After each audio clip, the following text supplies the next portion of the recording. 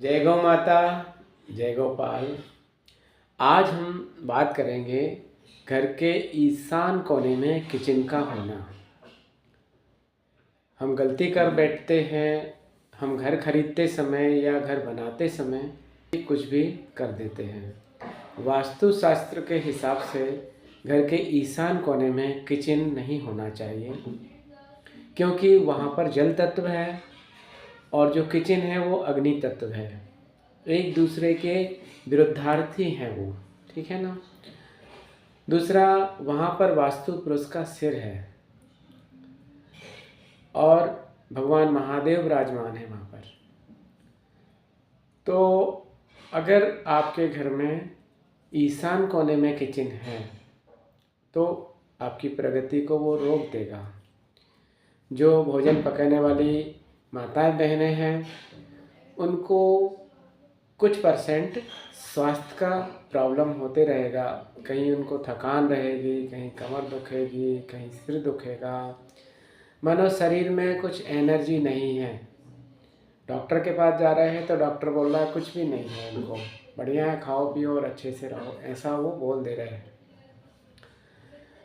तो ये वहाँ पर क्या हो रहा है कि जल तत्व है, माताएं बहनें जो हैं वो अग्नि तत्व है।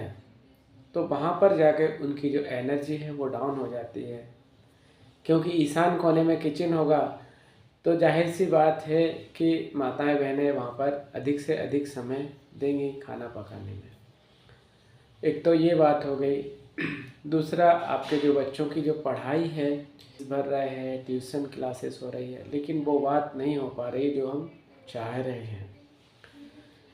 तो कहने का अर्थ ये है कि वहाँ पर अगर आपने किचन बना लिया है, अगर आप चाहते हैं कि आगे के जीवन में आपका अच्छा हो, बढ़िया हो, तो वहाँ से पहली बात तो किचन हटा दिया जाए।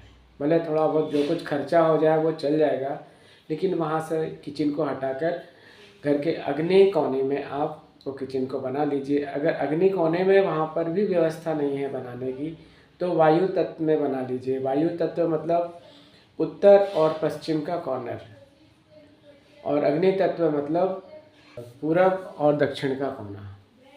तो वहाँ पर आप बना सकते हैं। तो मेरा कहने का मतलब ये है कि आप उसको जो है ना, किचन को आप तोड़ लीजिए। दूसरी बात ये है कि अगर आप नई प्रॉपर्टी बनाना चाह रहे हैं, नया मकान बनाना चाह रहे हैं, तो कभी भी गलती से वहाँ पर किचन मत बनाना। इंजीनियर ने आपको बना दिया नक्शा अच्छा सा और आपको बोल दिया कि यहाँ चलेगा, तो आप ऐसी गलती मत करना ताकि आपकी प्रगति रुक जाए। दूसरी बात, अगर आप फ्लैट वगैरह कहीं खरीद रहे हैं और तो आप सबसे पहले किचन देखना, बाथरूम देखना, सारा वास्तु वहाँ पे देखना कि कैसा है, कौन सी चीज़ कहाँ पर है। आपने देख लिया सस्ती मिल रही है, ले लिया, प्रॉपर्टी ले ली, तो वो कहीं ना कहीं आपको दिक्कत देगी। तो ऐसी प्रॉपर्टी नहीं लेना।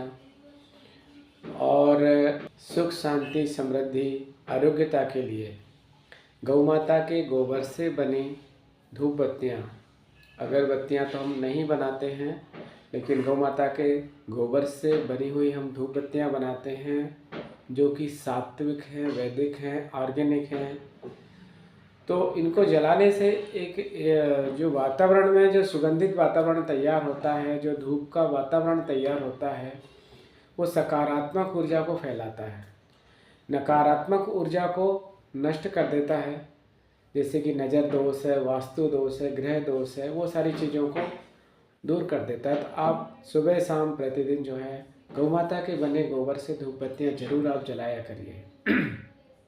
दूसरी बात, अगर आपके घर में किचन बन ही गया है और कुछ हमारी ऐसी कोई व्यवस्था नहीं हो रही है, कि पहली बात तो आप कैसे भी करके मेहनत करके कुछ भी करके वहाँ से किचन को हटाना है।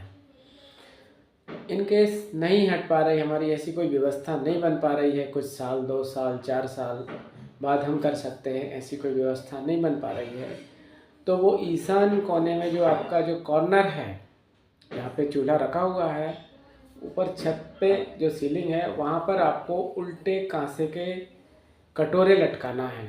जो कांसा होता है, प्योर कांसा, उसके वहाँ पे होल करना है और धागा से रस्सी से आपको ऐसे उल्टे 3 कटोरे लटकाना है वहाँ पे।